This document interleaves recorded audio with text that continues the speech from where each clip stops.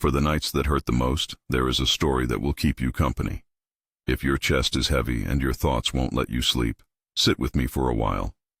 Tell me where you are, city, small town, a room that has become too quiet, and leave a single prayer request in the comments so we can hold it together tonight.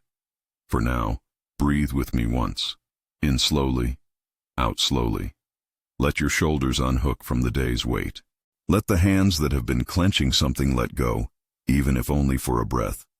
There is a purpose to our quiet.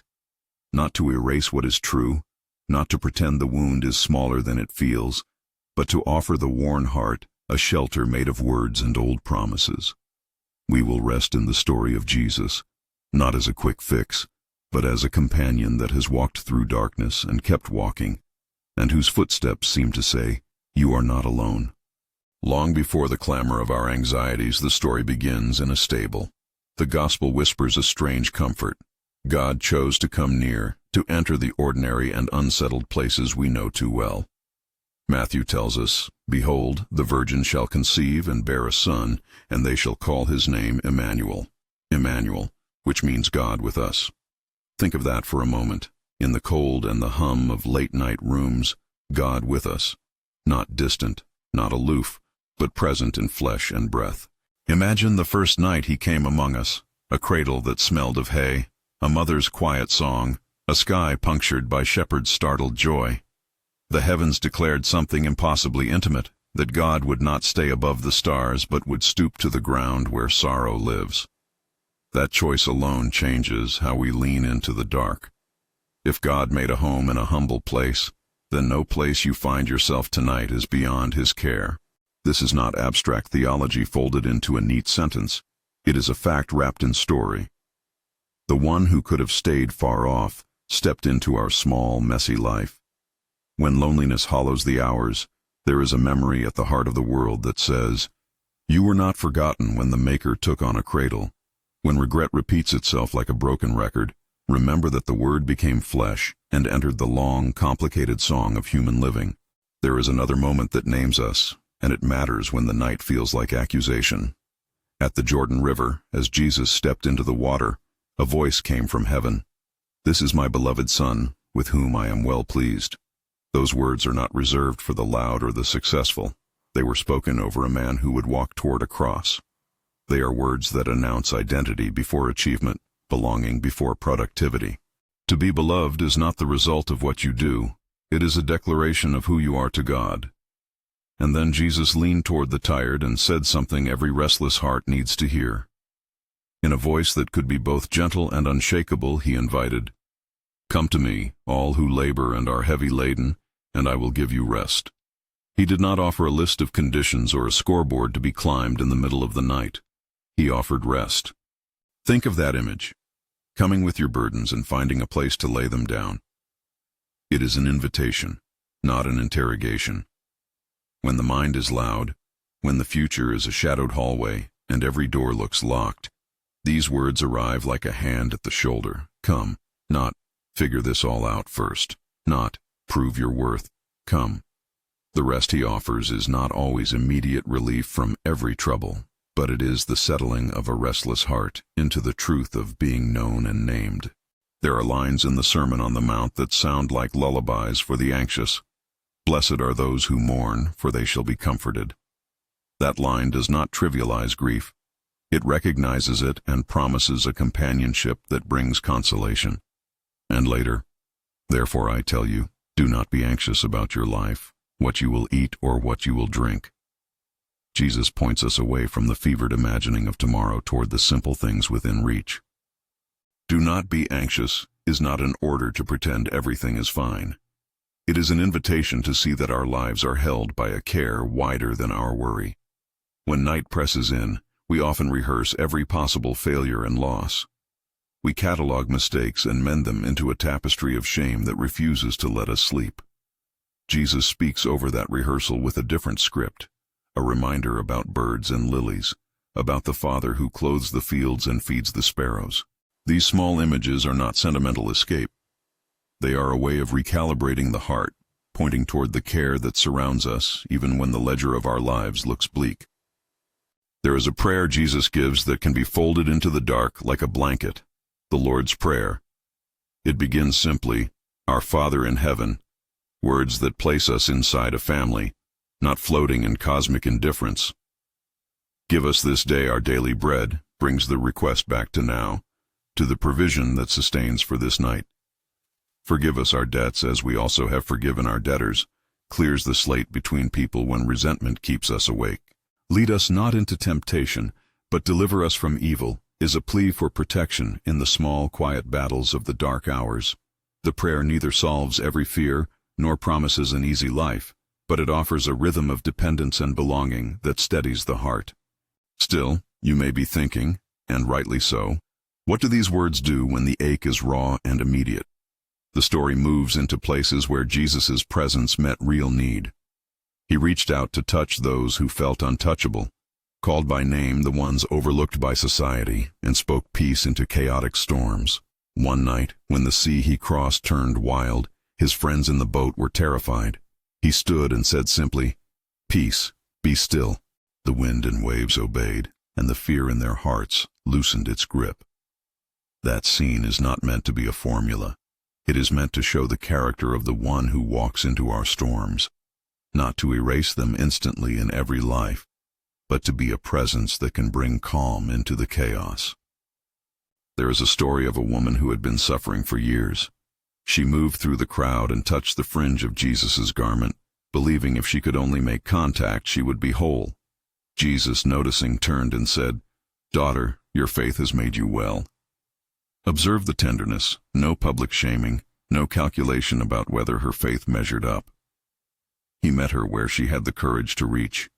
The narrative does not promise that every touch will undo every pain for everyone, but it reveals that he sees the small, brave movements of a hurting heart and responds with compassion. And then there are the parables, stories Jesus told like lamps in the dark for those who could not sleep.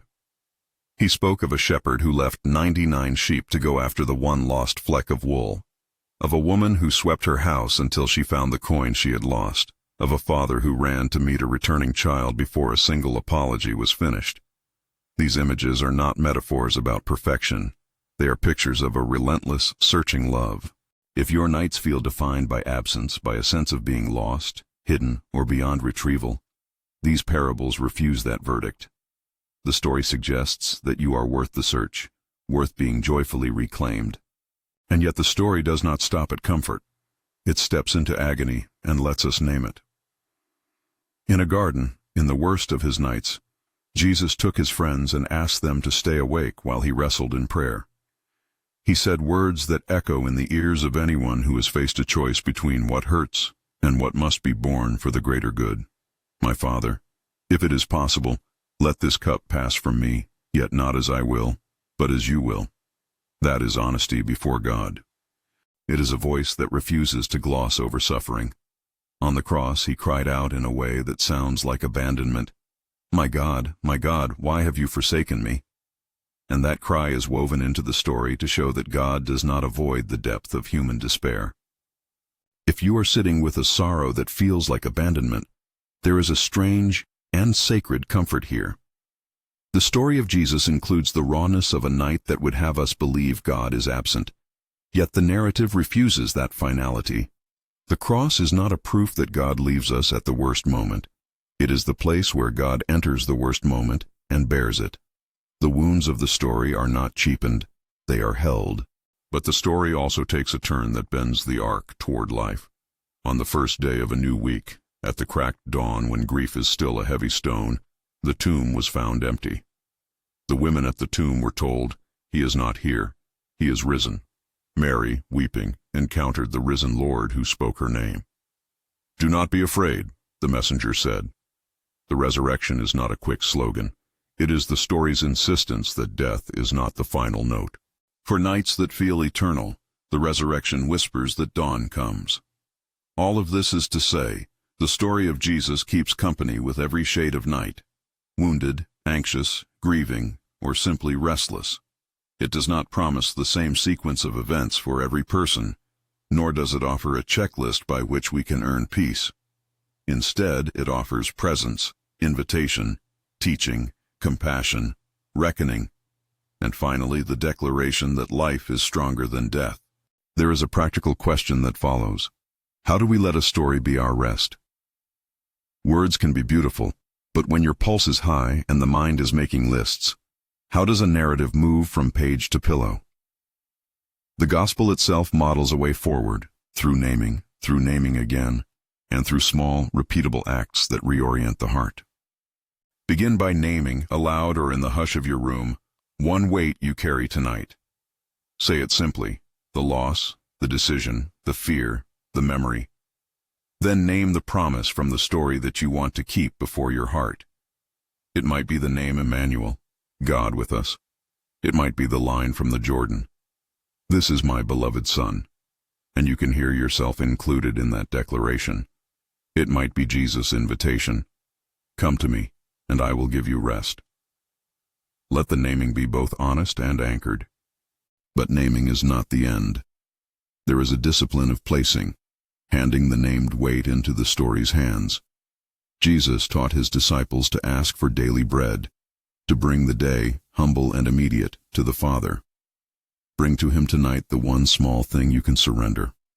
One regret, one fear, one need for sleep. Offer it as bread for this night, and trust the story's way of carrying you through. This is not a magic trick. It is a small spiritual habit that trains the heart to rely on presence rather than panic. I do not promise that all the noise will stop. I do promise that when the heart practices bringing its small real things into the story, it begins to notice the tenderness woven through the gospel, how a hand touches a fringe in a crowd, how a voice calls a name at dawn, how a father runs while others watch with astonishment. These are the particularities that make the story a place to rest, not in denial, but in companionship. As we move deeper into this narrative together, we will listen to more of the teaching that quiets and the acts that show compassion. We will let the parables circle us like a lamp, and we will not hurry past the garden's ache. For now, hold to the images that have come. Emmanuel in a manger, the voice at the Jordan declaring belovedness, the invitation to lay your burdens down. Keep them close like soft stones in your pocket. If your mind is still racing, try this. In the next minute, name 3 small things you have noticed today that were good: light on a wall, a cup that tasted like rest, a kindness that arrived unbidden. They do not fix everything, but they are not nothing. Place them beside the weight you have named and say, "Here, both of these belong to the story." Let that sit. Listen as Jesus' teaching comes again, softer now, like a familiar lullaby. He begins with words that turn the world upside down in a comforting way. "Blessed are the poor in spirit, for theirs is the kingdom of heaven." There is no recipe here for performance.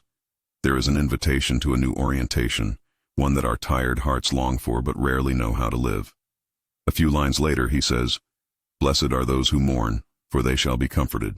The mourning is named and held, and comfort is promised, not as a pat answer, but as a presence that meets grief where it can be touched. Then, with a tenderness that lands in the middle of practical anxiety, Jesus instructs, "Do not be anxious about tomorrow. Look at the birds. Look at the flowers. Learn the way of dependence from the small things that live without the anxiety that plagues us." This is not to deny the real needs that wake you at night. It is to reframe the way we approach them, to bring them into the orbit of trust. Here is a question I want you to sit with as the room grows quieter. If Jesus invites the weary to come, what does it look like tonight for you to come? Is it a long composed prayer, or is it a single whispered handoff of a single fear? Is it closing your eyes and saying aloud, "I bring this to you, Jesus," and letting the mind circle away from it? There is no one right way, only faithful return. Before we go further, remember the invitation you heard at the start. If you are here tonight, tell us where you are and leave a prayer request.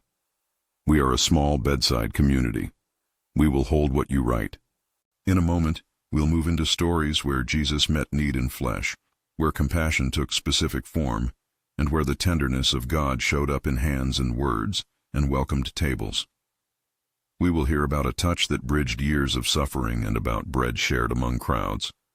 But for now, stay with this quiet question. What single weight will you name?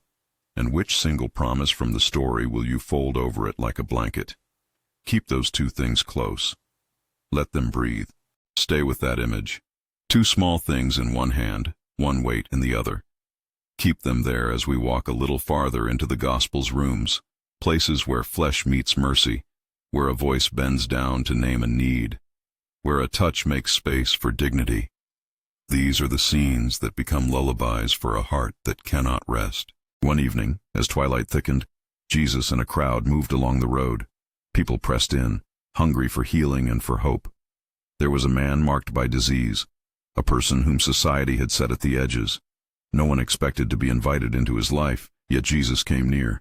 He reached out his hand and met the man where he was, unremarked by the powerful, but seen by the one who came to notice the unnoticed. The Gospel tells us that compassion moved before calculation. It is a small but fierce truth. Tenderness does not wait for a perfect moment. Think of the disciples on a boat, the night sky broken by wind and water, their hands full of fear. Into that panic, Jesus stepped and spoke one phrase that cut through the noise. Peace, be still. The storm did not simply end so that everything in life would be easy thereafter. There are nights when the outer chaos diminishes and nights when the inner panic lingers. What this scene gives us is the witness of a presence who is not afraid of our storms and who speaks into them. He walks with the frightened and calls the chaos by name. There was a crowd that gathered once because bread and fish were all that stood between hunger and despair. Jesus took what little they had, blessed it, and broke it. People who had come as strangers left as a fed community. The miracle is less a formula and more a picture. God noticing the small amount and making it enough for the table. When you lie awake with the ache of not having enough, whether it is food, time, sleep, or peace, this story reminds you that scarcity is held in the hands of one who knows how to multiply what we offer, not to heap guilt for what we cannot. On another road, a woman who had carried suffering for years moved through a press of people and dared to touch the edge of his garment. No fanfare, no spotlight, just a small faith, a hope that contact might change the course of living with pain. Jesus stopped and turned. He called her by a name that dignified her, daughter. There is a tenderness there that resists shame and replaces it with belonging. For nights when the body remembers what the mind tries to hide, for hours when the memory of a touch is a wound, the Gospel keeps a record of small, brave moves and of the one who pays them attention. None of these stories promise a tidy cure for every condition. They do not offer a guaranteed escape hatch from every human sorrow. But they do show a pattern. Jesus sees. He stoops. He meets. For your nights, these scenes are not magic formulas. They are evidence that compassion is woven into the fabric of the story. If your pain feels invisible, remember that the Gospel keeps an inventory of those who were overlooked and shows how God responded.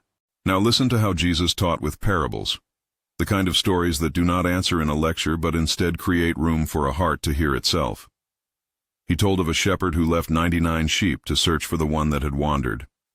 Picture that shepherd, lantern up, feet stirring the dust, refusing to write off the stray as lost to the night. Imagine the relief of the one found, the celebration when the lamb is carried home. There is no shaming here, only relentless pursuit. He told of a woman who swept and searched until she found a small coin she had misplaced. She lit a lamp and called her neighbors to rejoice when it was found. The scene values the smallness, the coin, the one, showing that God's concern does not measure worth by size. In the middle of your quiet hours, when losses feel minimal to others but monumental to you, the story insists those losses matter to the one who searches. Perhaps the parable that lands heaviest for many is the returning child's story. A son who took his share, left home, and spent everything until the nights were only colder and lonelier than before. When he decided to return, rehearsing apologies and carrying shame, he did not expect a welcome party. He expected discipline, perhaps, or distant mercy. Instead, the father saw him from afar and ran, calling, embracing, celebrating without waiting for a perfect explanation. That running father is the image that refuses to let the night finish your story. Even if you have made choices you regret, the narrative keeps a space for homecoming. Let those parables be a lamp for the sleepless mind. They do not erase culpability or bypass consequence. They declare that God's response often looks like searching and running and rejoicing, actions that assume you are worth finding and worth reclaiming. We must also speak plainly about the nights that are darker than regret. Nights marked by betrayal, by abandonment, by the terrible feeling that God has grown silent. The gospel does not skip these chapters. In a garden where the air was thick with dread, Jesus asked his friends to keep watch and then wrestled in prayer. He spoke words that sound like the voice of anyone on the brink of unbearable suffering, pleading, honest, fearful. If it is possible, let this cup pass. Yet not my will, but yours. That prayer is not prideful. It is raw humanity in conversation with the Father. It gives us permission to bring our own fear to God without pretending we have no resistance or pain. At the cross, the cry that emerges, one that sounds like desertion, my God, why have you forsaken me?" is kept within the story. Do not rush past it. Those words are not absent of theology. They are theology in agony. They teach us that God's presence sometimes looks like presence within abandonment, that God bore the language of being forsaken rather than avert from our darkest cries. For anyone who sits awake thinking God is not listening because the wound feels too raw, the cross says, God entered the rawness. The story absorbs our most tragic outcries rather than invalidating them. There is grief in the narrative that is allowed to be grief. There is suffering that is held and not quickly smoothed over. That is not a distancing of hope. It is the profoundness of love that will not ask the suffering to pretend it is less than it is. The gospel places suffering at the center and sets it within a larger arc. That arc bends toward morning. At the first light after the Sabbath, when grief was still a mantle, the women who loved him went to the tomb and found the stone rolled away and the tomb empty. The message they received was simple and startling. He is not here. He has risen. Mary, stunned and weeping, heard her name spoken, and in that moment she knew the presence she had lost was present in a new way. The story does not deny sorrow after this moment. It simply refuses finality to the grave. For the nights that feel like they will never end, the resurrection is the narrative claim that dawn breaks somewhere even when our eyes are swollen from weeping. After the resurrection, Jesus appears not in grand palaces but on roads and in upper rooms, speaking a phrase over and over that would become a promise. Do not be afraid, I am with you. That assurance is not a cosmetic fix. It is a reorientation. The presence he promises is the kind that accompanies on the way home, that eats with the doubtful, that calls a grieving friend by name. For the one who cannot sleep because fear keeps vigil, the gospel insists the same one who walked through death walks beside you now. If you have been carrying a kind of sorrow that refuses consolation, if your nights are long with the weight of a loss that has no neat closure, know this: the story does not demand immediate joy. Instead, it offers a steadying reality. You are seen, you are remembered, you are invited to follow. The resurrection reframes fear, but it does not cheapen pain. So how do we enter this story tonight in a way that moves from hearing to resting? Let me offer a few small practices, not as rules, but as ways to let the narrative breathe into your bones. First, name one thing, one exact thing, that you cannot change right now.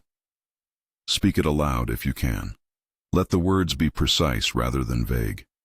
The act of naming is not the same as fixing, but it is the beginning of placing reality before God. Second, find a phrase from the story that responds to that particular ache. If your night is full of loneliness, hold Emmanuel, God with us, like a lantern. If your night is crowded with accusation, let the Jordan's declaration of belovedness be a shield. This is my beloved. If weariness has settled in, keep the invitation to come, and I will give you rest as a single-line refuge. Anchor the named weight to a specific promise. It will not erase the trouble, but it will give you a reference point to return to when the mind scavenges for reasons to panic. Third, perform a small, concrete handoff. It can be as simple as a whispered sentence, Jesus, I lay this before you, or a short prayer that echoes the Lord's Prayer in miniature. Father, for tonight, Give me what I need to rest. Hold what I cannot hold. This is not a magical incantation. It is an embodied act of trust, an offering that says you will not carry it alone for one more breath. If you are alone in the dark, try this method I have seen hold people steady. Breathe slowly 3 times, and with each exhale say one short phrase. First, the thing you cannot change. Second, the verse you claim. Third, the handing over. Simple, slow, repeated.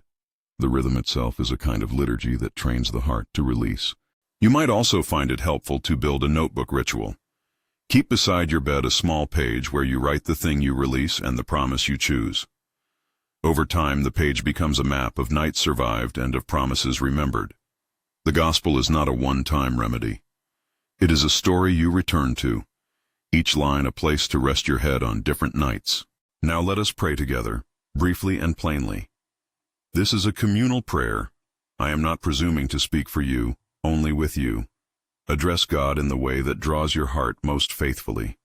Father, you who made the stars and stooped to a manger, we come with all that is true tonight, our fear, our grief, our longing for rest, for those whose sorrow will not be named aloud, for those whose bodies ache, for those who long for reconciliation.